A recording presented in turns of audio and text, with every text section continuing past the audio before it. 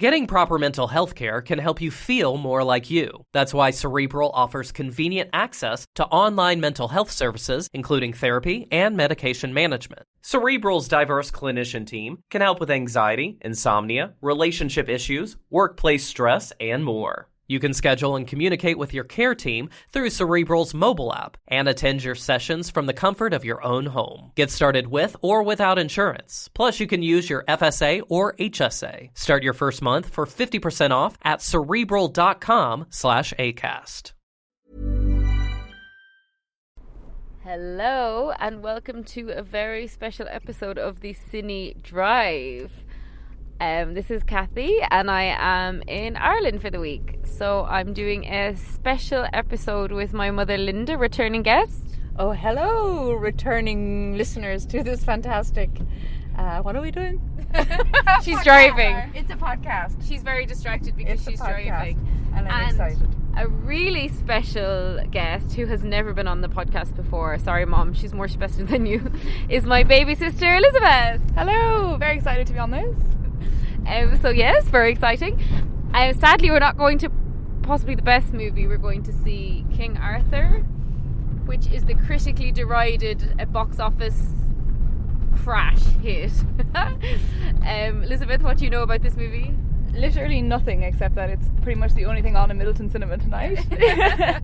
We're looking forward to seeing it though. I mean, it's a bit of a different movie than I usually go see, so that's good. Yeah, it should be good.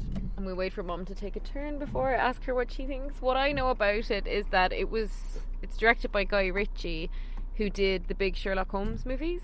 Oh, the one with like Robert Downey Jr. and stuff. Yeah, and they were quite good. Mm-hmm. And Jude Law, who's in this. So this is kind of the success they were hoping to recreate. Now it hasn't happened. I think it's lost a lot of money and it's got really bad reviews. It has a decent cast. It has Charlie Hunnam. Who's he? He was in Sons of Anarchy, and he was initially supposed to be in 50 Shades before he pulled out. Oh, yeah, I know him. Yeah, and Jude Law and Eric Bana, and they all sound pretty good. Yeah. But anyway, Mom, what do you think? I don't know much about it. I like Eric Bana, I like Jude Law, and I have a bit of a thing for the Arthurian legends. They they do kind of tap into some mystical place in me. I love the tales of the Round Table. I love that whole romance, Guinevere and Lancelot. So I don't know how much of that Holy Grail mythology is in there, or whether it's just all the macho He-Man pulled the sword out of the stone. I think it's a bit of that too. And I believe it's the one that has some sort of a random appearance by David Beckham that's been largely ridiculed. So, so I think it's going to be a bit of like boys to look at for the girls. Has David Beckham been in any movie except for his like cameo in Bend It Like Beckham? I don't know. We'll have to ask one of our listeners to check that out for us. Okay, yeah. So he's been in Bend It Like Beckham, and he's been in King Arthur. So Bend It Like Beckham. Not a great IMDb page. No. Yeah, but to give it a setting, we're almost at Midsummer's. We're in Cork. It's been lashing rain. It's freezing cold. We lit a fire. We're going to the 6:30 movie, and we'll probably be home tucked up. It's like it feels like Christmas. Yeah. It's cold and nice, it's bizarre, so it's a good time to be watching movies in the daytime. It is. I warn you now, apparently this is quite long, and also, Mom, I think it's slapstick and not serious. Oh no! Did you not know that? No! I thought I was going to see the Knights at the Round Table. No, that's not the case. So is King Arthur is he magical, or is it just like fantasy, like historical? He was a real person. He was real in history. Red light. Whoops, sorry. And he was real in history, and he did have a round table because it was about power balancing, and he was important in terms of the evolution and the introduction of the female, because up to then it was but this is rom-com, so it doesn't matter, or slapstick, but yeah, it was a very patriarchal society, and the women were the witches and the perimeters and the healers, and somewhere around the time of Arthur that all merged, and the Holy Grail is said to be that whole divine feminine. And are there any like women in this movie? Or any actresses? We don't know. I don't know because I haven't done any research. There must be some actresses in it. Yeah. One would hope. At least one. Yeah. Okay. Oh so. my God! There's a circus. Oh, if there's it a really circus. sucks, there's a circus tent. There's a circus tent gone up opposite the cinema. If it really sucks, we're going to the circus. Well, fingers crossed. I'm going in with an open mind anyway. So Yes. hopefully it doesn't let us down, and hopefully there's fresh popcorn. Yes, exactly. Oh, and obviously Dave isn't on this podcast tonight. Sorry, Dave. Bye, Dave. We miss you. Bye, Dave. Bye. See you after the movie. Bye.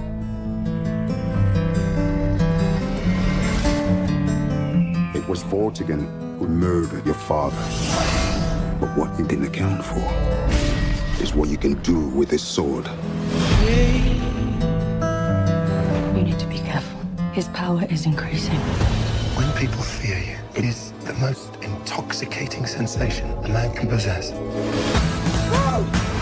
You're starting to mean something. You're no longer a myth.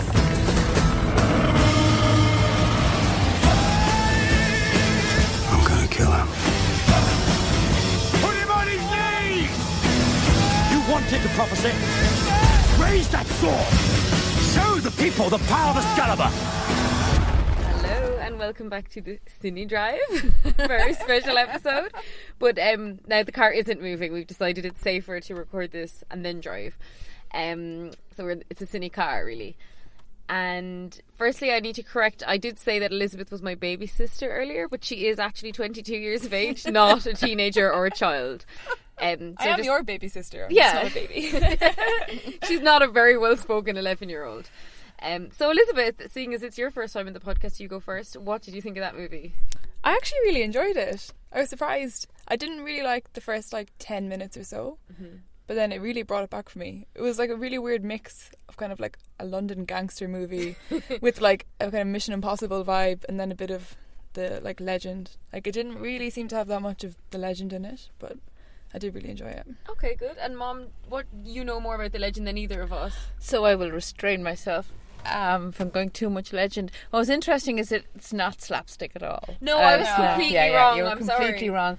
And there was a couple of things. I God. absolutely loved it. I thoroughly. Oh, wow. I absolutely loved it. I was in my total element. Guy Arthur was he was some sort of a random mix between Colin Farrell and and Gary Barlow. I thought he was Ledger. I thought he was Tom Hardy. Yeah, he was a real. Yeah, it was a blend. He was a blend of all buff cool guys, and he was uber cool.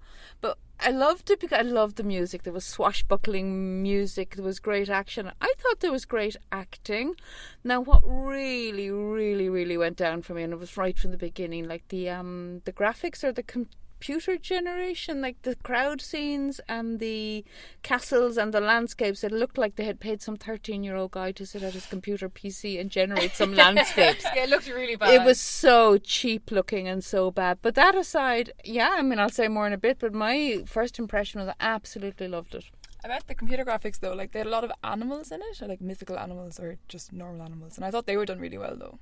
What do you think about them? They were a bit like Harry Potter, the snake. Yeah, it was a bit Harry Potter-y, snakes and big birds and stuff. I thought that was good. So I thought, first of all, I enjoyed it as well. And I certainly was never bored, which is what I would thought would happen. And also, it wasn't slapstick, so I take that back. I liked the acting and the actors, and I liked the story. But after that, I thought the direction was a complete mess. There was whole battle scenes that I couldn't follow. Every now and then he just got too lazy to tell a story, so did a montage. I was 10 montages in that movie. I know you're such a big lover of montages usually, so I was wondering how you felt about them. Yeah, these weren't good though. I liked his, there was kind of a aging montage. That one was kind of fun at the start. That was okay. But I thought actually you could have taken a couple of minutes to show us the character aging and not just... the character development rather than just... Yeah, just okay, we get it, he's good at fighting. And then... So I thought the montages... I also thought sometimes the way the camera was moving, I felt like I could have filmed it better. It was really jostly, and they were using GoPros and stuff, so it was camera weird. Movement. There was one cool one though, maybe you didn't like it, when they were running really at fast speed along and I felt sick, I felt dizzy. I felt dizzy, yeah. But I liked it. I think that's the GoPro thing I'm saying. It was it was attached to the actors themselves. Yes, yes. Yeah, I don't like that, and I felt quite nauseous watching it. But I think the whole effect the effect of the movie was disorientating, whichever camp we fall into. It was a lot of disorientation because they kept the genre that you were going from people who were chainmail to guys essentially dressed in t-shirts. The music was switching genres. The camera was jumpy. It was a mess. I actually liked that though. I liked it. Okay, that's interesting. It kept me on the edge of my seat, and I actually really enjoyed that. It's oh my god, he's in a t-shirt. What? It was timeless. And he is a very stylish director, and it's very overly stylized. And I guess I don't I'm not drawn to that. And the other thing is I really enjoyed the story. I thought that was really good. It was a good versus evil. Yeah, it was a good story, but I thought the script was really bad. So I thought a lot of the dialogue was really bad. There was dialogue. Like, really bad. Like, he called Littlefinger, Aidan Gillen was in it from Game of Thrones, he called him, like, honey tits or something. It's just a really bad line. Weird, yeah. Yeah, like, there was a couple of really bad lines. At the start, I also was, like, confused with what was happening a lot. It was... They showed the opening scene. It was very dramatic, but we couldn't figure out what was happening. They unravelled it in that scene in what do you call those? They unravelled it in back views as the movie went retrospectively, along. But I just found it. To me, I just thought that this is a mess of a movie. It's interesting you guys enjoyed that because I can see why. Yeah. I mean, I don't think it deserved.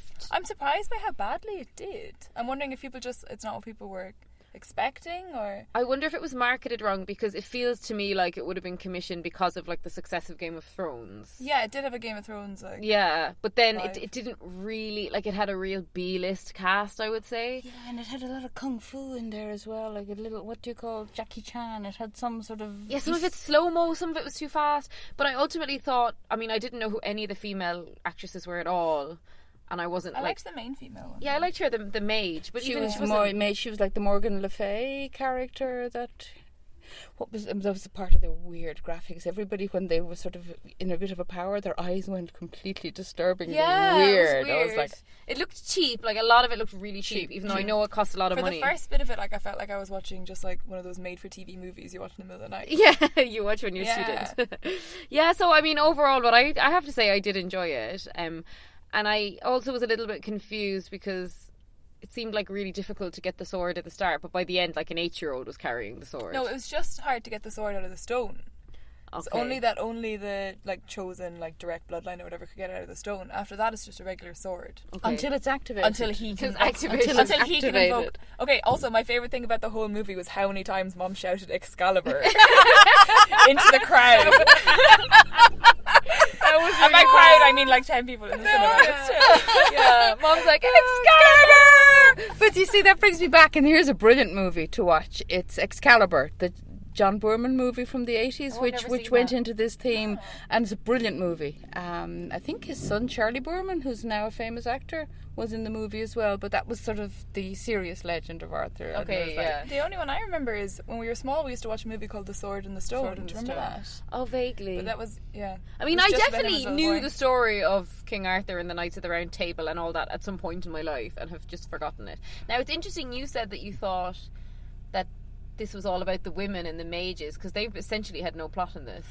I was confused, and as soon as it started, it was the end of the role of the feminine rather than beginning. We came from this feminine, you know, when he talked about the lady in the lake, it came from an era where the feminine had the power, and then the sword, which is actually, I was even exclaiming this to Elizabeth, the whole phallic, the sword, the tower, lots of phallic symbols. Yeah, there was. It was actually the end of what would have been the Druidic time, and it was the beginning of Christianity, which is actually historically what happened with King Arthur. It was the coming of Christianity and the masculine, so it was the shift in the power from the masculine to the feminine, but I had it the wrong way around. And did he really have an evil uncle? Oh, he did. Yeah, he did. I like that Hamlet kind of vibe. Yeah, it was Jude Law was great as a villain. He was really stunning. I really enjoyed his performance. He was really, really good. Charlie Hunnam, I had never seen him in anything before, and now I think I'm incredibly attracted to him. He just reminded me so much of Tom Hardy in that movie where he plays both of those London gangsters. Have you seen that? No, I don't think so. No, but I know the movie you're talking about. Yeah, it was like watching Tom Hardy in that movie, but in this. Well, Guy Ritchie traditionally directs like London gangster movies, so it's not like Lock, Stock and Two Smoking Barrels, that kind of thing. So it makes sense that you picked up that. Well, it had that really cool. It had that somehow, you know, like a modern day Romeo and Juliet or West Side Story. Like, you couldn't have been more cool dragging that sword along the ground and every spark behind you. Like, there was a really, really bad scene where I thought, oh no, quite near the start, where Charlie Hunnam, or King Arthur as he would become, just starts telling a story about something that happened that day, but in the most convoluted, cheeky, chappy, back and forth. That kind of stuff was a bit slapstick, but like, Yeah, I just feel like they never really hit on a genre, and I think that was probably their problem. Because it's no Game of Thrones, it's no Sherlock Holmes, it's no Lock, Stock and Two Smoking Barrels. It's hard to like tell someone what it's like until they see Very it. mixed. I think the appeal for me, and I think it's an appeal in the King Arthur tale, it's a story, it's a mythological story of coming of age. The whole theme is you've forgotten who your father is, so it's very much in line with Christianity and with all kinds of modern psychology. You've forgotten your source. You have to go through your dark night of the soul, which he did in his wilderness place, and then you have to confront the darkness within yourself, which is the uncle. So it's the good versus evil, and then you come into your own power. It's a story of transitioning from boyhood to manhood, or of the biblical coming home, awakening. So it's a very deep theme, which is why I think these movies are always attractive, even if it couldn't find its genre. Yeah, it's still a good. Overall, the story was good enough. It's like the male version of the Rapunzel. It's it's embedded deep in fairy tale and mythology. Actually, off topic, Mom did say I was like Rapunzel earlier because I was craving lettuce when I was pregnant. like Rapunzel's mom. Rapunzel's mom. Yeah. And Rapunzel is the German word for lettuce. Oh yeah, of course. Yeah. So I should call my child Rapunzel then, Yeah. regardless of Or gender. lamb's lettuce, which is the English. You can call her your little lamb. Call her lamb. And in one, do you know what? I don't think we need to go to spoiler street on this movie. No, I don't think so. No. Also, there's no street in this car, so And there's not really any spoilers. There's King Arthur and he got the sword out of the stone. yeah, and you know. You're pretty sure is going to happen. When you start No, moving. spoiler alert, King Arthur dies at the end of the movie. That's the end of it. He wakes up and he's actually just a London gangster. And what do we think of when Jude Law goes full evil and is in some That sort was of really crazy, strange. weird Transformers costume? I mean, I saw it coming. I thought at the beginning that's what it was. But I what was think it? we are on spoiler street. Oh yes.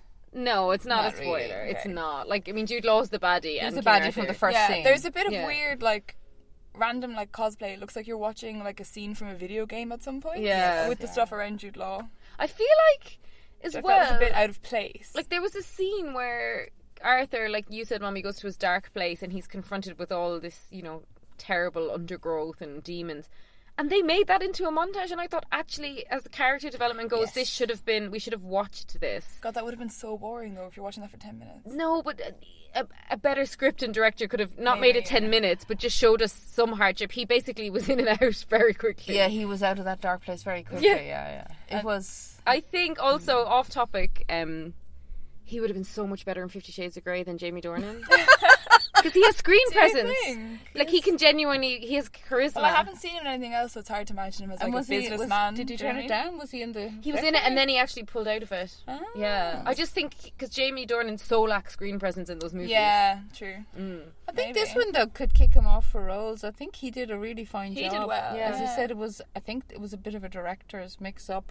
So for me, I think in the moment, I enjoyed every minute. I was carried along. I thought there was great music too, and I was carried along scene to scene. I mean, looking back at it, I think it wasn't a great movie, and the director didn't do a great job. But I found it thoroughly enjoyable. You enjoyed it. I really enjoyed it, and for me, I'm not the movie buff, so that's. And it was that's was enough. long, but none of us were bored. I wasn't bored at all. No. Yeah. So do we recommend? I don't know if I think if you're going to go and see it though, and it's been out a while now, actually go and see it in the cinema. Because I think if I'd watched that at home, I might have turned it off. You might have like drifted off or something. Yeah. This is true. What did you think of the David Beckham and? Oh, David Beckham cameo. He was okay actually. He wasn't bad. Did he say? Oh, he did say a few words, didn't he? He did He say a was few fine. words. It was fine. If he wasn't David Beckham, I would not have noticed You it as a wouldn't bad have noticed, performance. yeah. No. No. I quite enjoyed that actually. And so there's at least 2 actors from Game of Thrones. There was Aidan Gillen who plays Littlefinger, and there was an Irish guy whose name escapes me. Oh, I didn't see him. So I saw him. I'm not sure who he was. I didn't think the cast was that bad, honestly. no, I genuinely thought they were good. I just think, I thought the acting was strong. yeah, the acting was strong. So for me, it was the direction. And what's so funny is that Guy Ritchie directed it, which he made clear we knew from the credits. He was in the credits twice at the start. Like his name came up. Yeah, twice. a Guy Ritchie movie produced by Guy Ritchie, script writing credit for Guy Ritchie, and direction by Guy Ritchie. Yeah. So it's like, we get it, Guy You're Ritchie. setting And then he yourself up showed for up. a fall if it doesn't do well. Like. Yeah, and he was And in it it for didn't do well. as a second. For a second, he actually showed up in a cameo as well. So I think for him, it's a huge career misstep, to be honest. I did just see on IMDb that he's directing Sherlock Holmes 3. And I'm not sure what kind of appetite there is for that either. But yeah, anyway, good casting. Yeah, I would actually recommend it. Oh, well, I would too. Yeah, Because I it's a think good cinema experience. It's a good, good Yeah. cinema experience. And yeah, as you said, we weren't bored. We No. were kind of caught up in it. And And it might appeal to a lot of people, seeing as it traverses so many genres. Or no If one. you like mythical movies, if you like action. Yeah. But I was a huge fan. I don't know if you guys ever watched the TV show Spartacus, the one that was made in New Zealand. Oh my god! Like, if you want to watch good medieval action scenes, that was, or not medieval, whatever it was, that's really fun. But ultimately, if you want to watch a really good action movie, I would recommend just going to Wonder Woman, okay, well, that's which you two haven't seen. Yeah. which we were thinking we were going to see tonight, but then you went and saw it in Londinium.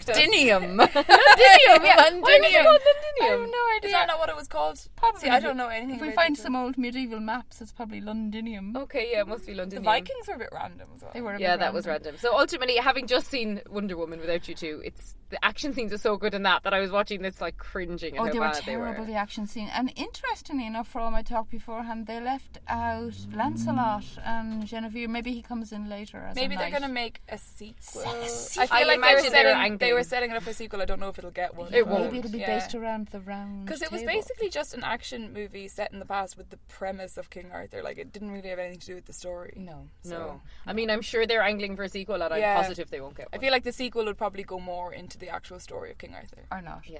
Or not. What they should do is, for the last 50 Shades film, just cast him.